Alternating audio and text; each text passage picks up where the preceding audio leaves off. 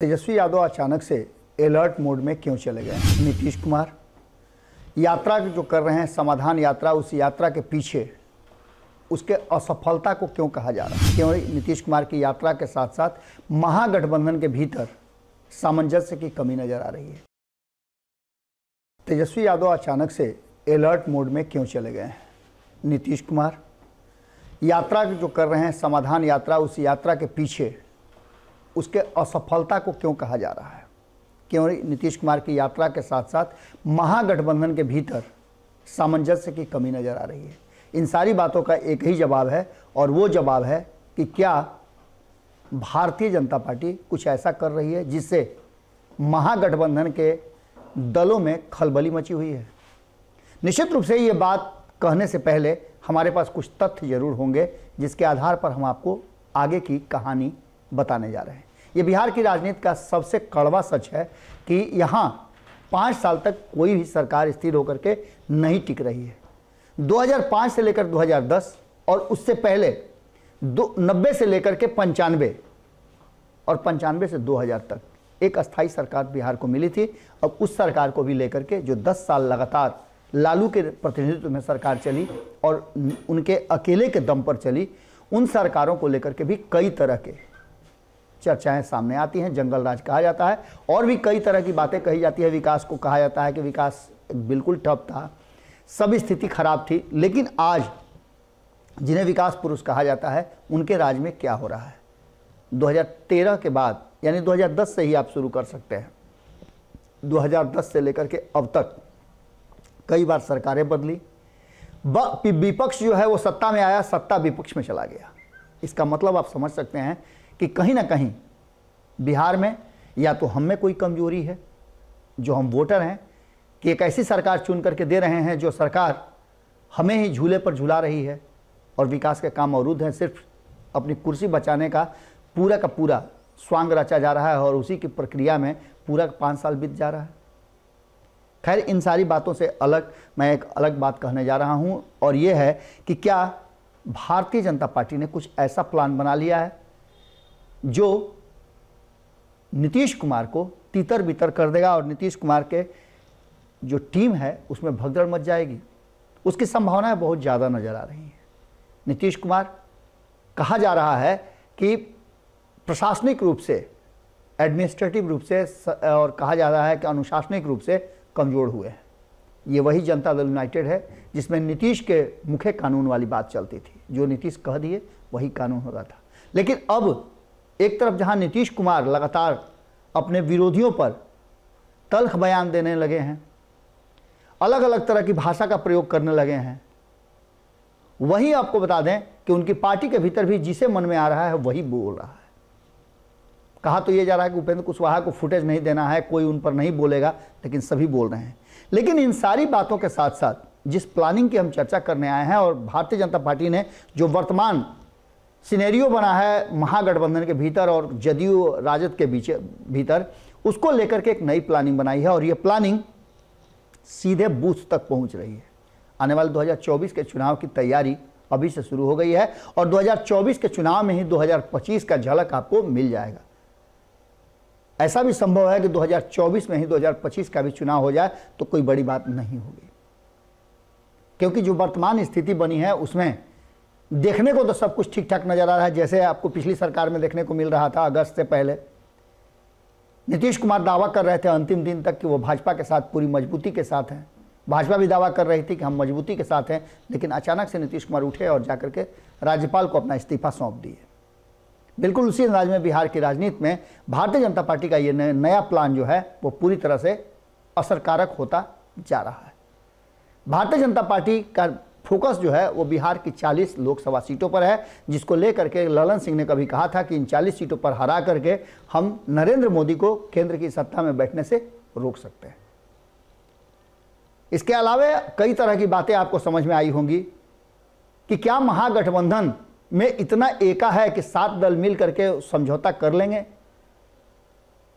लगातार आपको नजर आ रहा होगा कि 20 सीटें चाहिए कम से कम नीतीश कुमार को, 20 सीटें कम से कम चाहिए कांग्रेस को, और उससे कम में तो कहीं भी समझौता नहीं कर सकते हैं तेजस्वी यादव।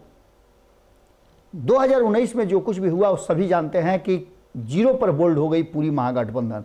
सिर्फ 1 सीट कांग्रेस जीती और उसका दावा भी बनता है कि वो 20 सीट का डिमांड करे।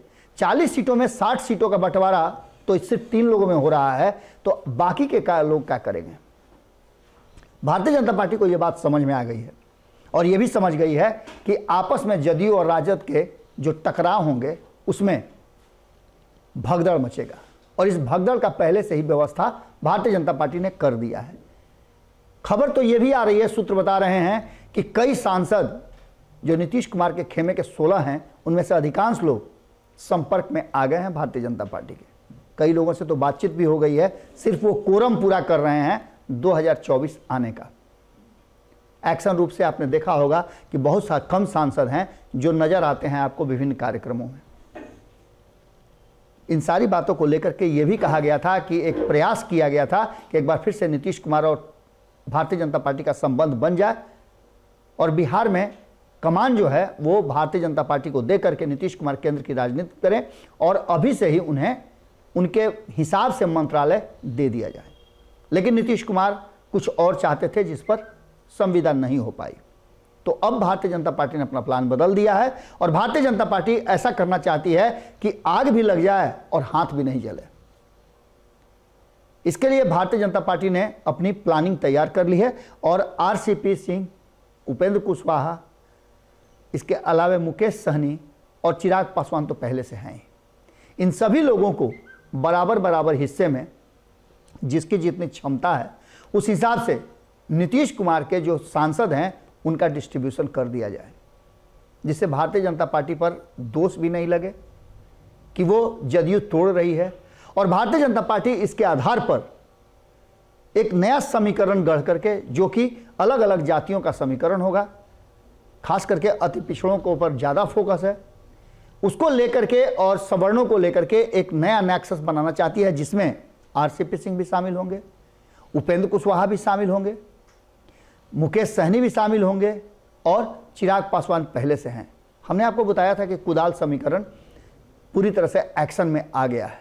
इसके साथ साथ और भी कई समीकरण गढ़ने की कोशिश हो रही है। नीतीश कुमार की भरपाई कौन करेगा, नीतीश कुमार के वोटों की भरपाई कौन करेगा, और नीतीश कुमार और तेजस्वी यादव एक साथ चुनाव लड़ते हैं तो उन 40%, 35 से 40% वोटों के साथ कैसे लड़ाई लड़ी जाएगी, उसको कैसे कमजोर किया जाएगा, इसकी पूरी कहानी रची जा रही है। क्योंकि आने वाले लोकसभा चुनाव में मुसलमानों का वोट जिधर कांग्रेस और महागठबंधन होगा, जिधर तेजस्वी यादव बिहार में होंगे, उधर जाएगा। तो निश्चित रूप से लौकुश समीकरण को ही तोड़ करके कुछ किया जा सकता है। यादवों के समीकरण में यादव ये तो चाहते हैं कि तेजस्वी यादव बिहार के मुख्यमंत्री बने, लेकिन एक बड़ा तबका जो है जिसने गोपालगंज में, मोकामा में, कुढ़नी में ये दिखाने का कोशिश कर दिया और दिखा दिया कि यादव बिहार में तो साथ दे सकते हैं, लेकिन केंद्र की सत्ता में उन्हें नरेंद्र मोदी पसंद है। ये आम लोगों से आप पूछेंगे तो आपको बताएंगे। लोकल राजनीति को लेकर के भी लोग परेशान होते जा रहे हैं और इस तरह से बार बार पाला बदलने को लेकर के कहीं ना कहीं आम जनता भी असमंजस की स्थिति में है। और ऐसी स्थिति में भारतीय जनता पार्टी का जो प्लान है कि इन चारों को लेकर के चौकड़ी बना करके और पूरी तरह से नीतीश कुमार को घेर लिया जाए। नीतीश कुमार इस बात को अच्छी तरह से समझ रहे हैं और यही कारण है कि लगातार भारतीय जनता पार्टी अन्य राज्यों से ज़्यादा इस बिहार सहित अन्य जो बिहार से जुड़े हुए बिहार के इर्द गिर्द राज्य हैं वहाँ फोकस कर रही है। आपने देखा होगा कि कोई भी सामंजस्य बिठाने की कोशिश सफल नहीं हो पा रही है भाजपा विरोधी गुटों का। अखिलेश यादव से भले ही लालू प्रसाद नीतीश कुमार को मिलवा दिए हों, हेमंत सोरेन से भले ही जाकर के मिले हों, लेकिन अभी तक ममता बनर्जी ने कोई अपना स्टैंड क्लियर नहीं किया है कि वो उस गठबंधन का हिस्सा होंगी। कांग्रेस ने साफ कर दिया है कि नीतीश कुमार को नेता मानने से इनकार करती है। अब ऐसी स्थिति में भारतीय जनता पार्टी ने जो प्लान बनाया है वो नीतीश कुमार को परेशान कर रहा है और नीतीश कुमार के खेमे में कहा जा रहा है कि 2024 ही नहीं 2025 में भी बड़ा भगदड़ मचेगा, क्योंकि नीतीश कुमार और तेजस्वी यादव के साथ आने से अधिकांश जो विधायक हैं और सांसद हैं वो उन्हीं के विरुद्ध लड़ करके आए हैं, तो ऐसी स्थिति में उन्हें ऐसा लगता है कि उनका टिकट कट सकता है। वो सारे लोग इस पूरे चौकड़ी जो है उस चौकड़ी का हिस्सा हो सकते हैं और ये कहीं ना कहीं नीतीश कुमार और तेजस्वी यादव को बड़ा झटका दे सकता है। भीतर की बात में हम आपसे यहीं विदा लेते हैं, इसके साथ आपको ये बताते हुए कि आखिर भारतीय जनता पार्टी का शीर्ष नेतृत्व बिहार पर फोकस करके बिहार में लगातार मीटिंग्स क्यों कर रहा है, सभाएं क्यों कर रहा है, योजनाएं क्यों बना रहा है। कल भी आपने देखा कि एक योजना बनी कि बूथ पर जाकर के विजय अभियान शुरू किया जाए। इन सारी बातों को लेकर के पूरी तरह से कहानी जो है अब नए दिशा में की तरफ जा रही है और इस कहानी का क्या अंत होगा आप अच्छी तरह से जानते हैं। भीतर की बात में हम आपसे यहीं विदा लेते हैं, बाकी की खबरें यथास्थिति जारी रहेंगी। अगर ये वीडियो पसंद आई और वह बिहार के राजनीति और बिहारियत से सरोकार रखेनी तो सब्सक्राइब बटन दबा के चैनल के सब्सक्राइब कर ली। ओजे एगो घंटी बा, ओकरा बटन दबा देला से कुल सटीक और मारक खबर रुआ मुफ्त में मिल जाई। अगर रुआ पत्रकारिता के हमनी के नया प्रयोग में सहयोग कर चाहतानी तो ज्वाइन बटन दबा दी। पेटीएम नंबर नोट कर ली 9386816700। धन्यवाद।